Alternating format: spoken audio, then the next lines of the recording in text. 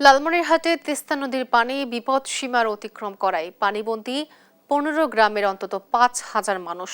এ বিষয়ে সর্বশেষ পরিস্থিতি জানাতে যুক্ত হচ্ছেন আমাদের সহকর্মী জামাল বাদশা। জামাল, সবশেষ পরিস্থিতি কেমন দেখছেন এবং কি বলছেন দুর্গতরা, বিস্তারিত জানাবেন। তো আসলে লালমনিরহাটের তিস্তা নদীতে গতকাল সকাল থেকে পানি বৃদ্ধি পেতে শুরু করে এবং সন্ধ্যার পরে দ্রুত গতিতে পানি বৃদ্ধি পায় এবং গভীর রাতে কিন্তু পানি বিপদসীমার 7 সেন্টিমিটার উপর দিয়ে প্রবাহিত হয় এবং এই পানি বিপদসীমার উপর দিয়ে প্রবাহিত হওয়ার কারণে তিস্তা নদীর তীরবর্তী এলাকার কয়েকটি ইউনিয়নের 15টি গ্রাম প্লাবিত হয়, বিশেষ করে যেগুলো নিম্নাঞ্চল এবং চরাঞ্চল। সেই পানি কিন্তু পানিবন্দী হওয়া মানুষগুলো চরম দুর্ভোগে পড়েছে। আজকে সকাল থেকে পানি কিছুটা কমতে থাকলেও ব্যারেজ পয়েন্টে এই মুহূর্তে যদি বলি যে এই মুহূর্তে কিন্তু তিস্তার ব্যারেজ পয়েন্টে পানি বিপদসীমার 15 সেন্টিমিটার নিচে। তবে ব্যারেজ পয়েন্টে পানি কমলেও ভাটি অঞ্চলে কিন্তু এখনো পানিবন্দী অবস্থা রয়েছে প্রায় 5,000-এর উপরে পরিবার। এই মানুষগুলো কিন্তু চরম দুর্ভোগে পড়ছে।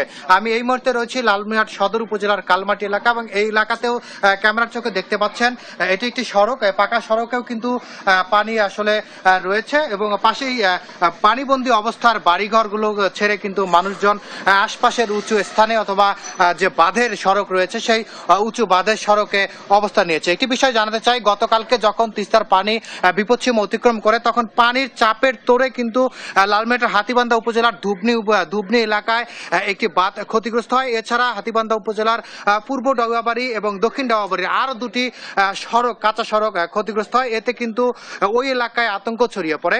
তবে পানি দ্রুত কমে যাওয়ার কারণে কিন্তু ওই এলাকার দুর্ভোগ কিছুটা কমেছে। তবে ব্যারেজ থেকে ভাটি অঞ্চলে যে এলাকাগুলো রয়েছে, বিশেষ করে লালমনিরহাট সদর উপজেলার খুনিয়াগাছ, রাজপুর, আদিতমারি উপজেলার মহিষখোঁচা সহ কালীগঞ্জ উপজেলার কাকিনা ইউনিয়নের কিছু নিম্নাঞ্চল এবং চরাঞ্চলের মানুষ কিন্তু এখনো দুর্ভোগ পাচ্ছে। আমরা পানি উন্নয়ন বোর্ডের সাথে কথা বলেছি।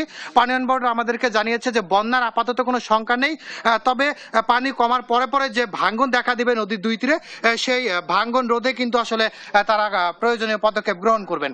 সব মিলিয়ে জেলা প্রশাসনের সাথে কথা বলেছি। জেলা প্রশাসন আমাদেরকে জানিয়েছে যে লালমনিরহাটের 5 উপজেলার জন্য 40 মেট্রিক টন করে প্রত্যেকটি উপজেলায় চাল বরাদ্দ দেওয়া হয়েছে এবং সেই বন্যা দুর্গত যে বাসিন্দারা রয়েছে, যারা দুর্ভোগে পড়েছে, তাদের বিতরণ করা হবে।